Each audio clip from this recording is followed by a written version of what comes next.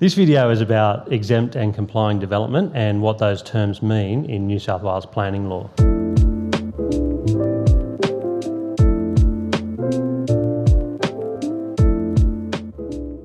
I think it's important that we start first with a bit of an understanding of planning law in New South Wales. A helpful way to think about this is that almost anything you want to do on your land is probably prohibited. So instead of thinking that you can do anything you like on your land unless there's a law out there that says that you can't, in reality, the reverse is actually true. Almost any kind of development or anything that you want to do on your land is probably prohibited unless you obtain a development consent or unless that kind of development is exempt from the requirement to obtain a development consent. So how do you work out if the type of development that you're proposing to do might be exempt from that requirement to obtain development consent? Well, exempt and complying development are defined in New South Wales in the State Environmental Planning Policy Exempt and Complying Development Codes 2008. Otherwise known as the code set. So let's talk about exempt development. If a type of development is exempt development, that means that development consent is not required. Exempt development is usually development of a minor nature, things like carports and pergolas and things like that, not major development.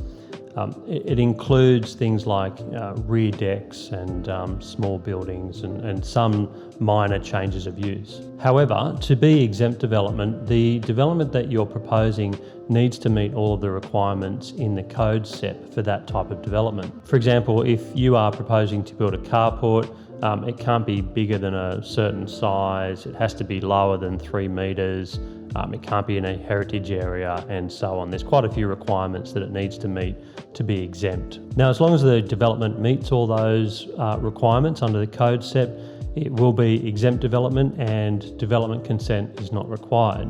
A word of warning though, the code set is not easy to navigate and it's not always easy to figure out if the development that you're proposing is exempt development. Carrying out development on the assumption that it's exempt development when in fact it's not can result in some pretty hefty fines and demolition orders. So you need to make sure you get it right. Okay, so that's exempt development. Let's talk about complying development. So the idea behind complying development is that development that's of a relatively simple nature can be fast-tracked through an approval process, usually through a private certifier. In the same way as exempt development, complying development must meet all the relevant standards and requirements under the code set.